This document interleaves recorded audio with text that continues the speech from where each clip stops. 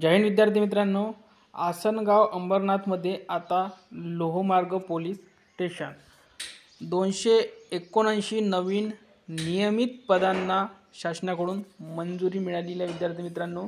आणि ही नक्कीच 2025 ची जी भरती निघणार आहे विद्यार्थी मित्रांनो, त्यामध्ये या जागा याड होणार आहे विद्यार्थी मित्रांनो। ठीक आहे, पुढे बघा काय म्हटलेलं आहे। मुंबई लोहमार्ग पोलीस आयुक्त हद्दी 4 नवीन लोहमार्ग पोलीस स्टेशन स्थापन करण्यासाठी शासनाने मंजुरी दिली आहे। मध्य आणि पश्चिम रेल्वे मार्गावर हे स्टेशन असणार असून त्यासाठी 279 नवीन नियमित पदांच्या निर्मितीसाठी आणि त्यासाठीच्या आवश्यक असणाऱ्या निधीसाठी मंजुरी देण्यात आली आहे।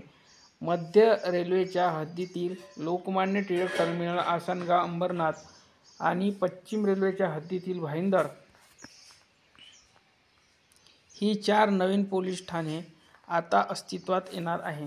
यासाठी 25,33,000च्या आवर्ती खर्चास 1,21,00,000 रुपयाच्या अनावर्ती खर्चास शासनाने मान्यता दिली आहे।